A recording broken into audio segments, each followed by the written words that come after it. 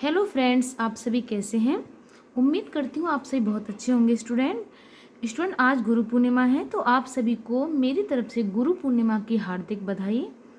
Student हमारा second chapter चल रहा था, 9th क्लास का सिलेबस जो हम कर रहे थे कंप्लीट, उसमें पद में हमारा सेकंड चैप्टर चल रहा था, राम लक्ष्मण परशुराम संवाद। तो हमने इसके 4 क्वेश्चन देख लिए थे स्टूडेंट। ये हमारा जो दूसरा है ना, मैं आपको समझाती हूँ। ये देखिए, मेरी कल्पना मेरे अनुभव, ठीक है। इसका फर्स्ट क्वेश्चन हमने देख लिया था, अब हम सेकंड क्वेश्चन देखेंगे, समझेंगे। चलिए देरी न करते हुए वीडियो को स्टार्ट करते हैं। अति डरु उत्तरु देत नृप नाही, कुटिल भूप हर्षे मन माही। जनक द्वारा डर से चुप रहने पर अन्य राजा मन ही मन क्यों प्रसन्न हुए। मतलब हमें इसके कारण बताने हैं स्टूडेंट। चलिए क्वेश्चन आंसर यहाँ शुरू होता है। जब परशुराम के भयंकर क्रोध को देखकर राजा जनक जैसे ज्ञानी और शक्तिशाली राजा भी डर के कारण मौन हो गए। यानी परशुराम जी जब आए तो उनका क्रोध इतना भयंकर था, उनका रूप इतना भयंकर था कि उनको देखकर वहाँ जितने भी सभा में उपस्थित राजा महाराजा थे वो सभी डर की वजह से कांप गए, और राजा जनक जो थे वो बिल्कुल मौन हो गए, इतने शक्तिशाली होने के बावजूद भी। तो यह देखकर तो सभा में उपस्थित कुटिल, घमंडी और दुष्ट प्रवृत्ति के राजा मन ही मन प्रसन्न हुए। उनके प्रसन्न होने के कारण कुछ इस प्रकार हैं, अब हम देखते हैं स्टूडेंट। पहला है ईर्ष्या और अहंकार की तुष्टि। स्वयंवर में आए अन्य राजा शिव धनुष को हिला नहीं पाए थे, जिससे उनका अहंकार चूर चूर हो गया था।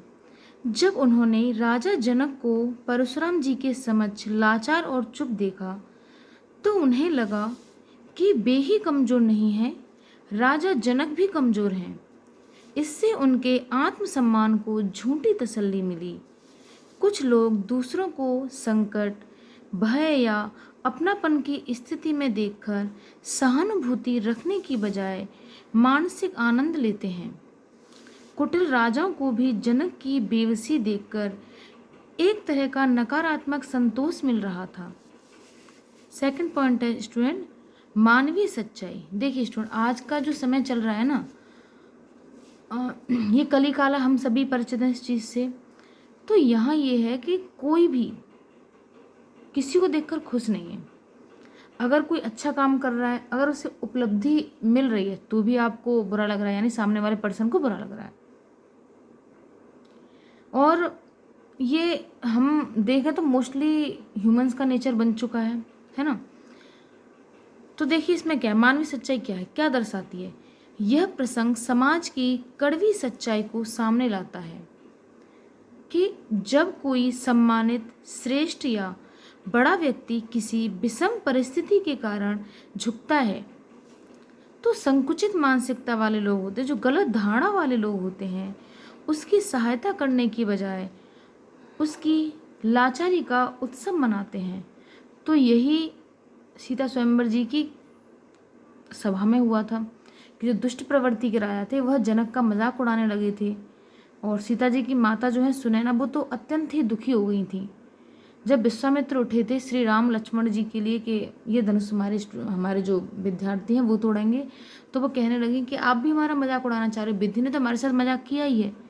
विधि यानी विधाता, विधाता ने तो हमारे साथ मजाक किया ही, कि आप भी हमारे साथ मजाक करना चाह रहे हैं। तो स्टूडेंट ये हमारे क्वेश्चन ख़त्म हो जाते हैं। अब जो हमारे आगे के क्वेश्चन है वो हम नेक्स्ट वीडियो में लाएंगे। तब तक के लिए आप सभी का धन्यवाद। आपका दिन शुभ हो, और फिर से गुरु पूर्णिमा की आपको बहुत बहुत बधाई।